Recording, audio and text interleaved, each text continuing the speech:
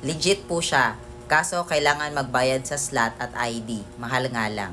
Tinutukoy pala dito ni Ma'am Rami is yung license code natin na kailangan talaga siyang i-avail para makapag-start. Well, para sa mga hindi nakakaalam, ang Online Business Academy from the word itself is an online business. At given na ito ay online business, meron po tayong corresponding fee para nga doon sa account ID or license code na kailangan mo talaga before tayo mag-start. At yes, tama naman yung sinabi ni Ma'am Rami, legit po talaga to. Pero syempre, para lang to sa mga ready talaga na mag-venture ng online business. Kung nakapag-watch na po tayo, Ma'am Rami, sa webinar orientation, pero feeling mo hindi pa ready yung budget mo, pwede ka naman pong mag-proceed next time. For sure, na-discuss naman po doon yung second option natin na pwede mong gawin.